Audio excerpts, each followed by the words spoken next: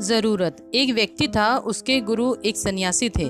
वह व्यक्ति दुनियादारी से ऊब सा गया था। वह अपने गुरु की तरह ही दुनियादारी छोड़कर सन्यासी बनना चाहता था। उसने अपने परिवार को यह बात बताई तो सभी ने मना कर दिया, यह कहते हुए कि हम सब आपसे बहुत प्यार करते हैं। फिर उसने अपने गुरु को यह बात बताई, परंतु साथ ही कहा कि उसका घर परिवार, बच्चे और पत्नी उसे संन्यास लेने नहीं दे रहे हैं, क्योंकि वह मुझसे बेहद प्यार करते हैं। गुरु ने कहा, यह किसी सूरत में प्यार नहीं है। गुरु ने उसे बहुत समझाया, पर वह व्यक्ति नहीं मान रहा था। फिर गुरु ने कहा, अच्छा ठीक है। गुरु जी उस व्यक्ति को मठ में ले गए। इसके बाद गुरु ने उसे योग विद्या सिखाई, जिससे वह अपनी सांसें रोककर मुर्दे जैसी अवस्था में घंटों तक रह सकता था। यह सब सीखने के बाद गुरु ने उसे एक योजना बताई और उसे घर भेज दिया। दूसरे दिन वह व्यक्ति अपने घर पर मुर्दा पाया गया। परिवार के सारे लोग इकट्ठे हो गए। सभी रो रहे थे, विलाप कर रहे थे। वहीं उसकी पत्नी सबसे ज़्यादा दुखी हो रही थी। पूरे घर में कोहराम मच गया था। सभी की आंखें नम थी। वह व्यक्ति मुर्दा अवस्था में था, मगर योग अभ्यास से आसपास के माहौल को महसूस कर सकता था और सुन सकता था। उसे बड़ा सुकून मिला कि उसका परिवार उसे कितना प्यार करते हैं। अनंत उसने संन्यास का इरादा त्यागने का फैसला कर लिया।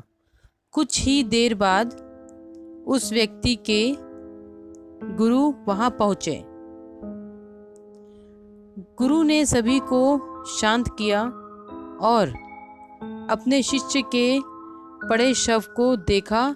कुछ देर शव को देखने के बाद उसके परिवार वालों को कहा, इस शव में जान फूंका जा सकता है।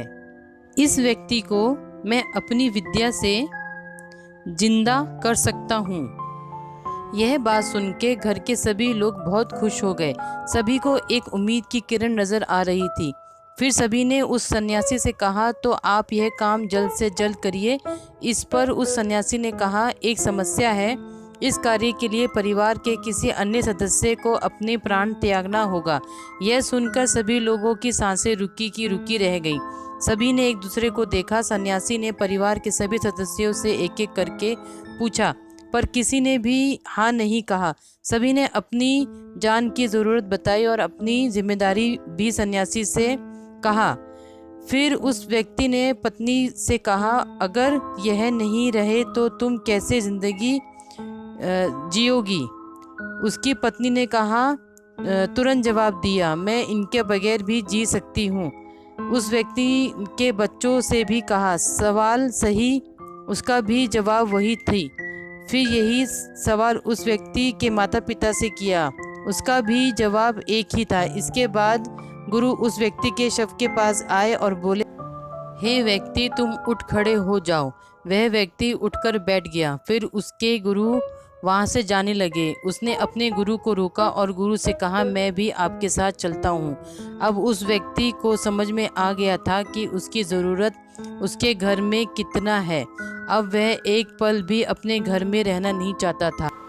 इस कहानी से हमें ये सीख मिलता है कि आपके होने या ना होने से किसी पर ज़्यादा कुछ असर नहीं पड़ता है। तो फ्रेंड्स, आपको मेरी ये कहानी कैसी लगी प्लीज़ मुझे कमेंट बॉक्स में ज़रूर बताइएगा।